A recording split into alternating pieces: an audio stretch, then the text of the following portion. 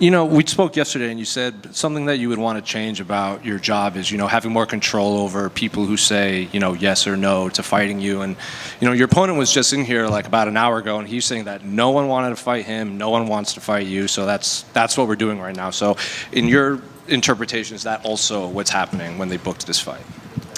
Yeah, I don't think they originally wanted to match make us, but I'm not over here saying that everyone's scared of me.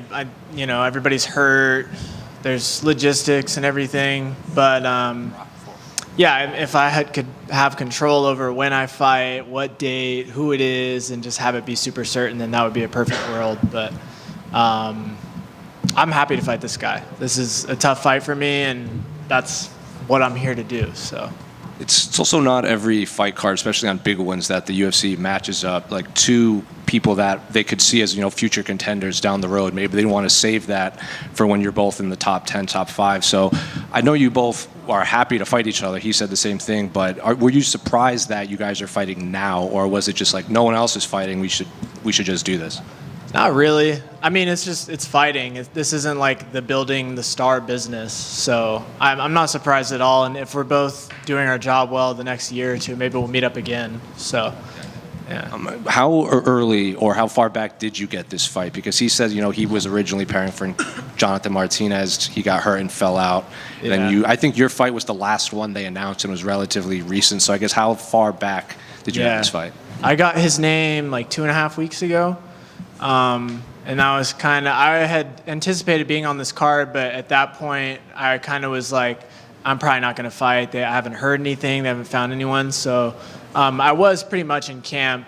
And then I got his name 2.5 weeks ago.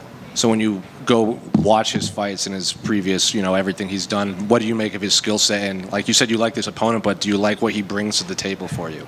Yeah, I think it'll just be a good fight, like back and forth. I think we're both going to show up to bang, and I think he's legit, durable, super well-rounded. So I think it's a really good opportunity to show what I can do as well with a high-level opponent. So, Payton, were you surprised at how much vitriol and hate went your way after your loss No. in January? No.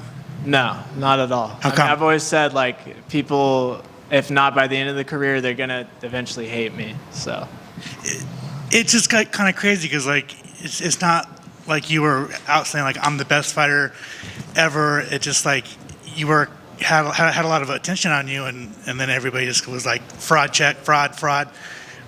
Was that surprising in the least? No, I mean people are just fickle. And then especially online, everybody. Our memories are like goldfish, It was kind of over with 3 weeks after it even happened, but I wasn't surprised. How soon did you get over the loss? I'm still not over the loss. I don't think I ever will be over that. I took that to heart. That's it's a loss, but the ref isn't in there, and you're on the street with somebody like that, and your life could be ended. It's deep, man. So I take that to heart, and that's been my motivating factor every time I've been to the gym. Was there any big lessons that you took from that fight that you could share? Yeah, just be a more well-rounded fighter. Yeah. Are you letting the hair grow back out big, or is just kind of just going with it? I am right now. It's longer. Yeah. We'll see. Good luck. Thanks. Payton, I know you mentioned there the people having goldfish memory, but I think the UFC, even regardless of you coming off a loss, still sees you as a potential future star in this sport. Obviously, putting you on International Fight Week seemed like they were just determined to put you on this card. So, I guess how does that make you feel from a promotional standpoint? I mean, it's nice. At the end of the day, the important thing is to just get in these dog fights and try to come out on top. But still being able to be offered that kind of an opportunity is nice. It's just opportunity to overcome adversity. So, given that goldfish memory we just talked about, do you think come Saturday night when you make the walk, the arena will be cheering for you all over again? I don't know. Maybe I'm sure there will be some cheers. I don't really know how it's gonna feel. Yeah. Last one outside of what was harder, the Barcelos fight or the Ryan Hammers fight?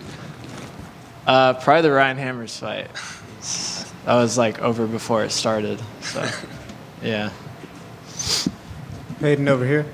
Payton, did you notice a big boost in your profile and just attention after appearing in the Frankish Ocean video? And what was that like? Wait, appearing in. The music video. Oh, yeah, that wasn't a music video. Appearing on his just profile. Did I notice like more attention? Yes. Yeah. What was that like? Just a lot of people just. It's a crossover we just don't see that often Yeah. at this stage, which starts from the UFC to more mainstream and other stuff. Yeah, it's like, I don't know, you know when you go to like a zoo and you see like a polar bear like inside of a zoo? That's probably like how the polar bear feels, just a bunch of people staring at you. Thank you. Yeah. Did you tell Frank to drop soon? To drop what? Or music? Nah. That's his decision. Hey, Peyton, over here. With your background in psychology and neuroscience, how do you use that to stay calm and perform your best during fight week?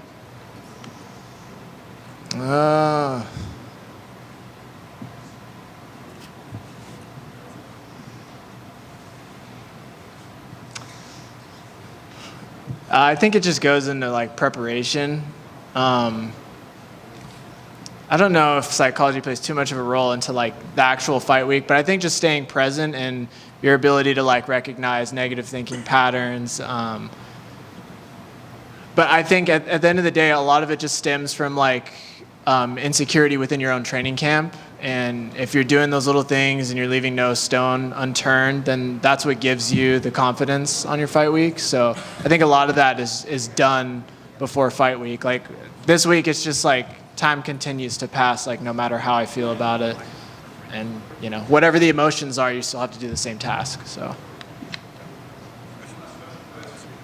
Back here in the right, you've had a bunch of really good performances. You have one off night. What do you do to get back to having the kind of performances you want to on Saturday?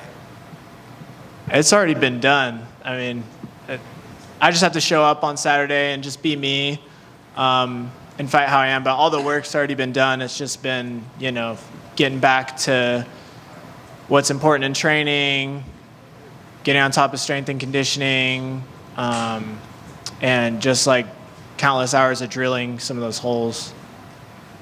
On that, do you feel there was any adjustments that had to be made to get back to that consistency, or is it just your focus? No, there were some adjustments for sure. Yeah, like it's just like changing your style a little bit. Like every time you fight an opponent, it's a little bit different of a fight. So, yeah, definitely some adjustments and correcting some things that I saw were going to be a problem for me long term if I kept fighting the way I was fighting. Yeah.